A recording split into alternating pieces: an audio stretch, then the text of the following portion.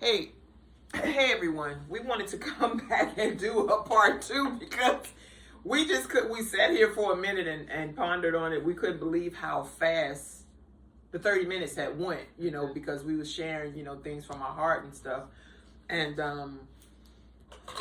so we wanted to dig a little deeper. Give them a review of what we just talked about. So we started talking about seasons, and the topic basically was what happens when the seasons change. So we kind of went through what seasons we were in based on a biblical perspective, where we kind of in our winter, spring, summer, or fall, meaning are things dying? Are we in a process of growing? Are we where, the leaves are changing and things are beautiful, but, not much growing, not much death. We're kind of comfortable. So we did speak about that in that part. And we also talked about our relationships and where we are right now in our transitions and seasons. If we would invite a party in a romantic situation, how that would be affecting us. And then also looking at how we've made decisions with men.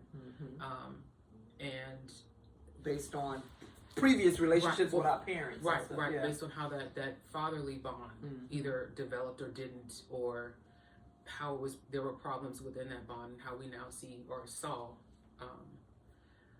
the need to have men and what we needed them to perform and our reasons for bringing them into our lives. So we ended basically with that and knowing that there's a timing and there's a process that has to happen as we transition through any season. Right. And the goal is to obtain the lesson or growth process within the season the first time. Right. Exactly. Because we are repeat offenders, and we're trying to stop you from not. I don't want the electric chair. Okay. No, I want to live. We're repeat offenders, and we're on more than our third strike. Saved by grace. Saved by grace, honey. Lord help us. So, as we sat here and talked, Joanna went through some of her notes, and we realized that we were still in the moment. So why not go ahead and continue before we lose that and can't get back to where we are. So doing all of that, in my notes, I started to think about time and how valuable time is. Number one, it's limited. Absolutely. It is so limited. And then understanding the value in it, period. Yes. And then how it determines your position in life. Yeah. You know what I mean? It does. It does. So you can't show up at the wrong time. Right. Like, so if I say, okay, well, can you do my hair at 10 and I show up at 3:30? Right. I missed my time. You missed your time. And I can't go roll the time back. Right. To be like, oh, well, now it's 12:30 again. I can change my watch, but that doesn't make it real. So how many times have we missed it? Like, have you ever thought about a time that you actually, like, oh my God. Listen, I know this may sound weird, but I was in a relationship and, I was committed. I really was. But then I was out and about and I saw somebody, you always have, I ain't gonna say you always have chemistry, but it's more than billions and billions of people. You're going to always have some type of attraction. And I became attracted to this person, and I saw this person all the time. And it was just like, and when we had conversations, never intimate conversations or anything like that, but if you saw yourself out, hey, how you doing? No, you get to talking. And I thought one day, I said, am I supposed to be with him? Was it lust? What was it? So when I sit here and think about the timing of it, I'm like, it was timing. Yeah. Because I saw myself with him. So, and even in saying that, like, I have been in a relationship with someone. Yeah. Left the relationship and met them again years later. Yeah. And I knew in my mind, had I met you years later, we would have maybe made it. Right.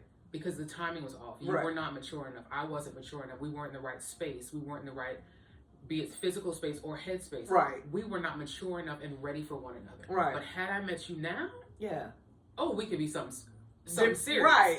But now that I know who you used to be and I know so much that happened in between, you're not gonna lie. We could be friends. Right. I don't even know if I want to be your now. But the timing was off. Like, you're a beautiful person now, but you're a beautiful person for somebody else. Right. But when you speak about time and the value of it, time is something we can never get back. Never. So in saying that, it's like, okay, do I wait to do this? Right. Do I, well, I can do it tomorrow. Right.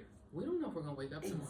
And literally both of us just experienced that. Like, I'm sitting at work, literally 9 o'clock in the morning on Veterans Day, and I get a text that my best friend's cousin has passed away. I didn't know she was sick. Right.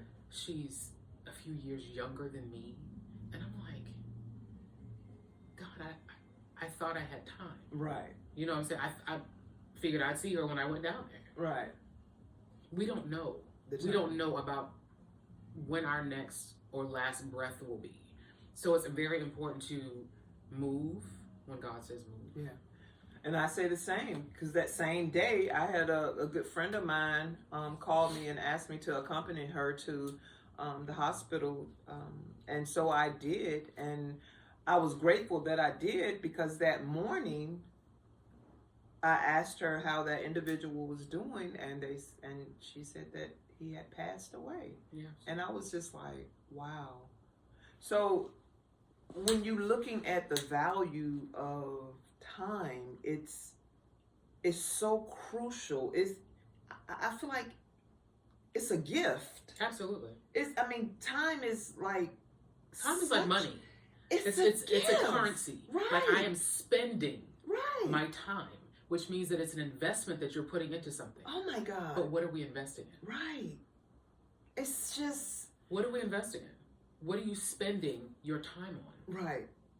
Or who are you spending your time right, with? Because is it getting you to the next level in your life? Is it getting you to where you need to be? Right.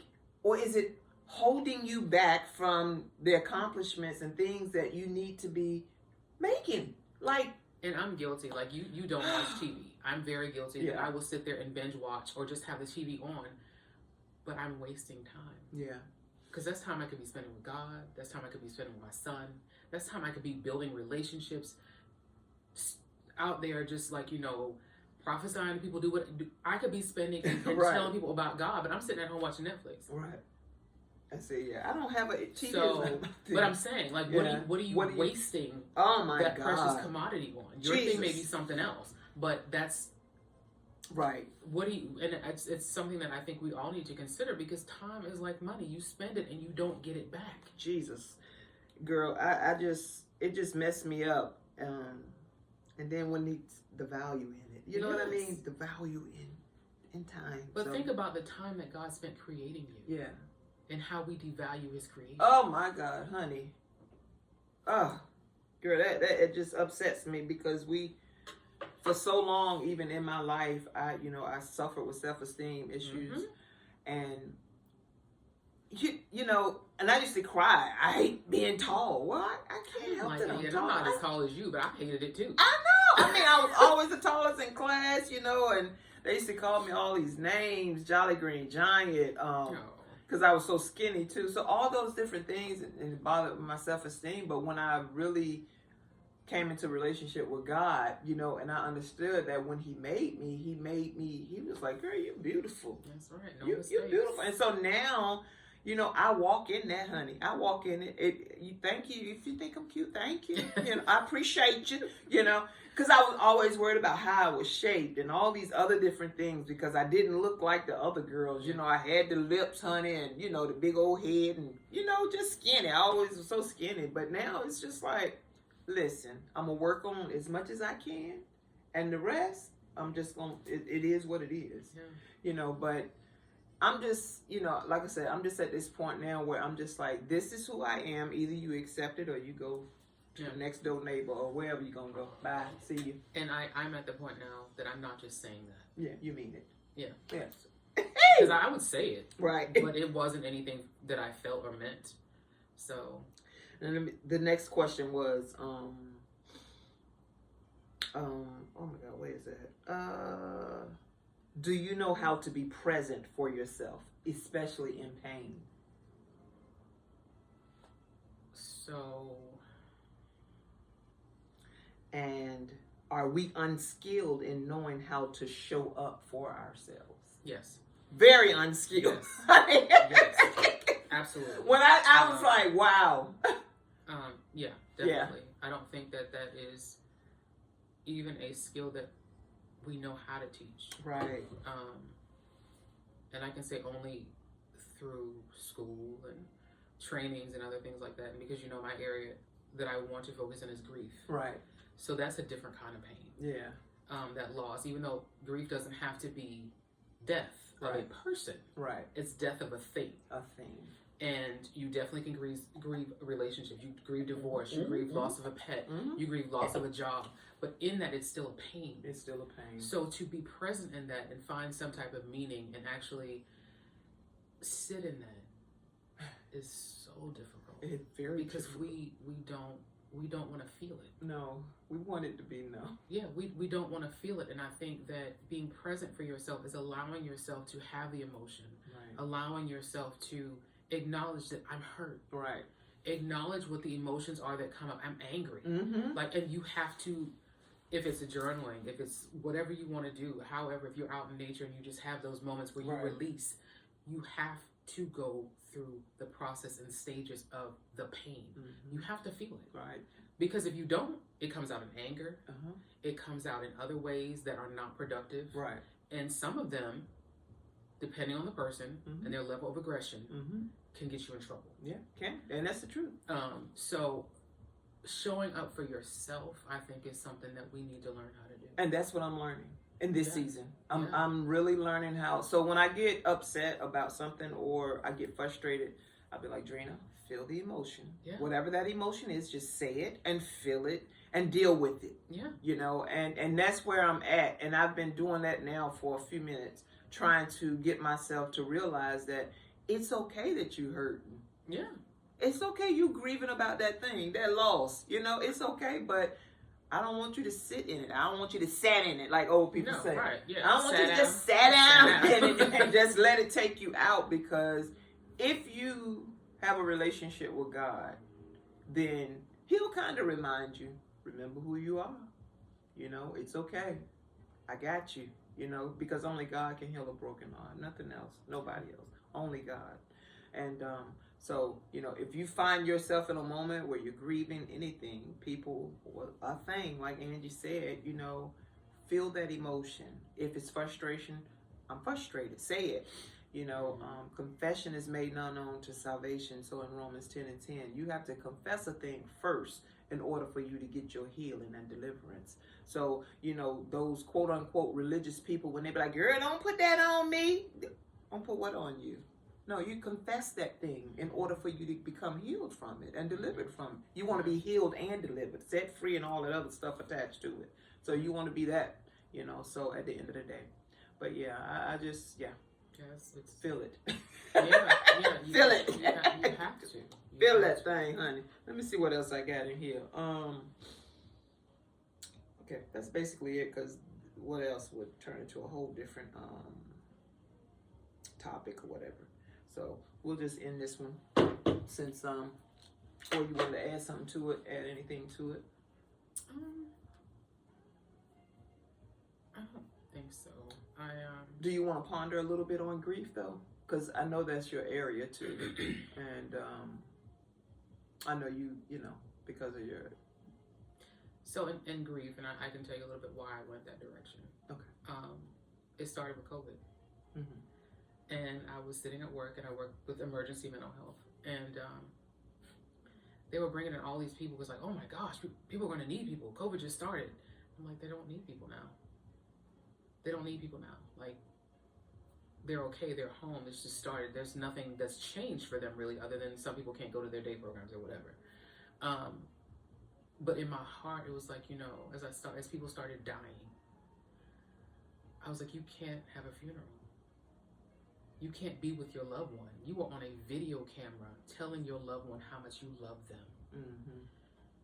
And that's something we never had or experienced before. Right. Like, I can't tell you I love you. I'm on a screen. Right. I can't touch you. I can't hold your hand. And I was like, people are gonna need to know how to deal with this trauma, and this. How do we memorialize them after? Right. So that's kind of where I went with it. But then as I continued to study and, you know, do trainings and all kind of stuff, I was like, you know what, we don't just grieve death. Mm-hmm. We don't just grieve death. Hit you. Yeah, I was like, we don't just grieve death, and I think people minimize the other things that we grieve. Exactly.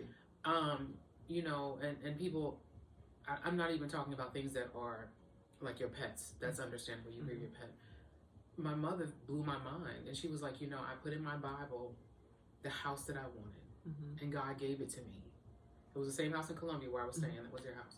She was like, I grieve losing my house. And I was like, okay, that was my fault too. So thanks, Mom. But I never thought about it because it was something that she put in God's hands to give her. Right. And she was like, I had it, and I was grateful. Right.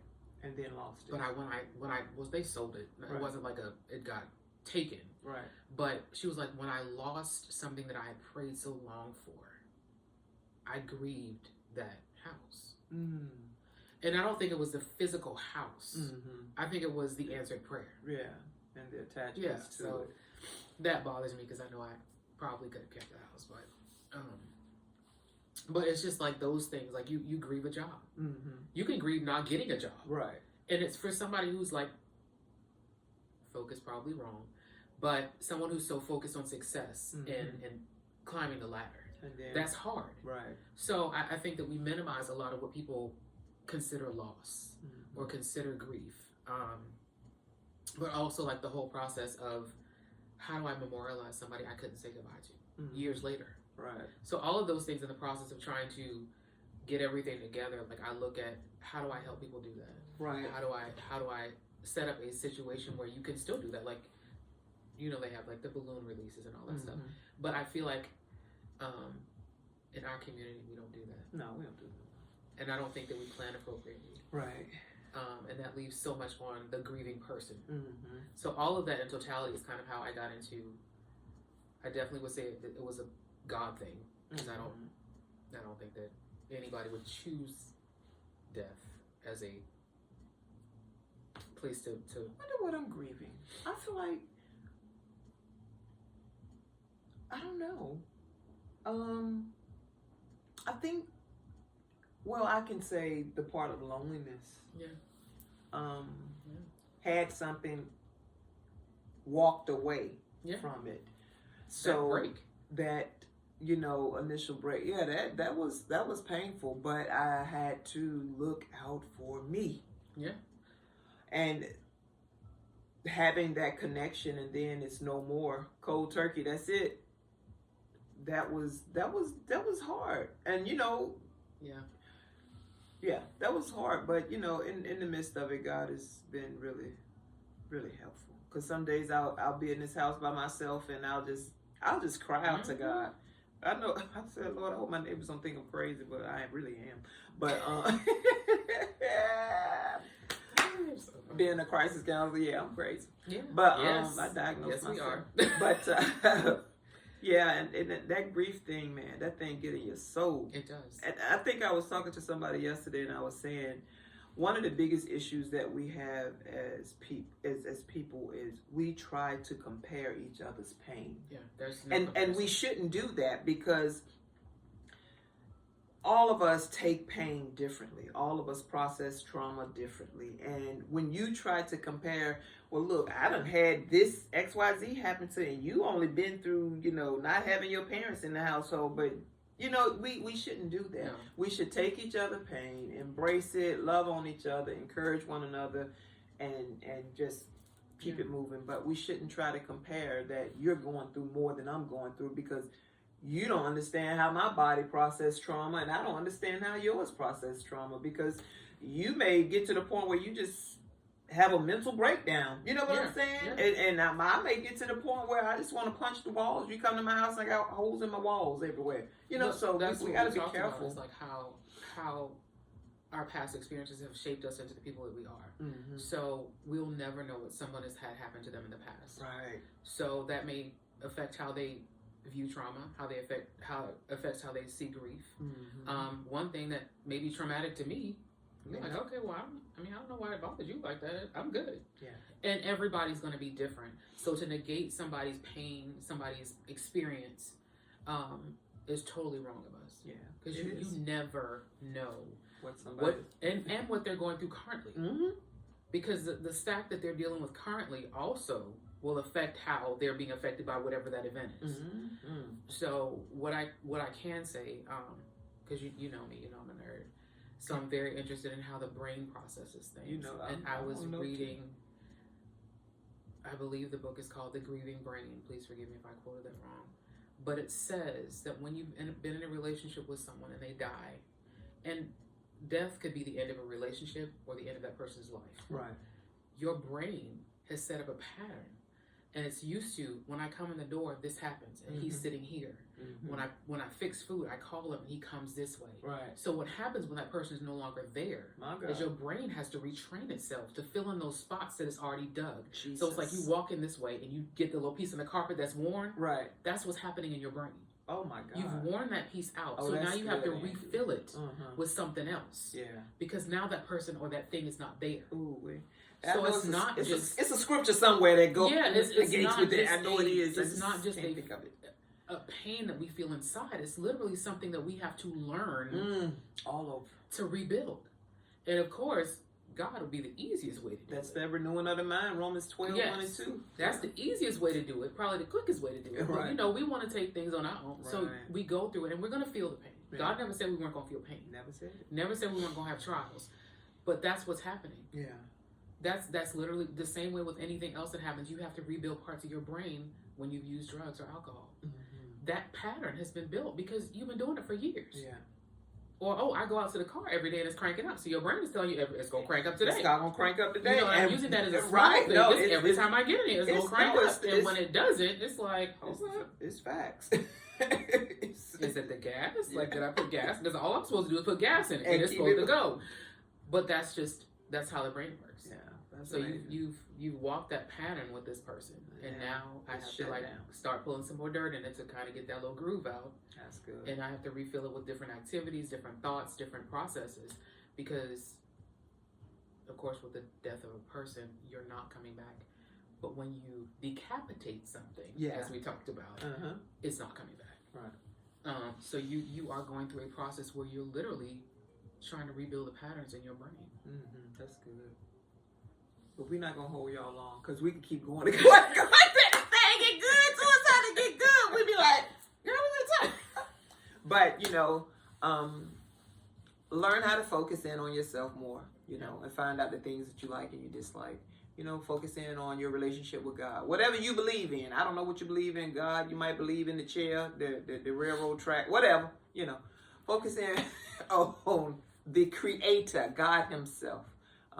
We all have intuitive knowledge of who God is, so, get that relationship started with Him, go to Romans 10:10, if you confess with your mind and your heart and all that stuff and believe in your heart, and, but I don't want to quote it out too much because I just, but anyway, just stay focused, keep going, keep pushing, don't give up, don't give in, just take life one day at a time, but enjoy the time that you're in.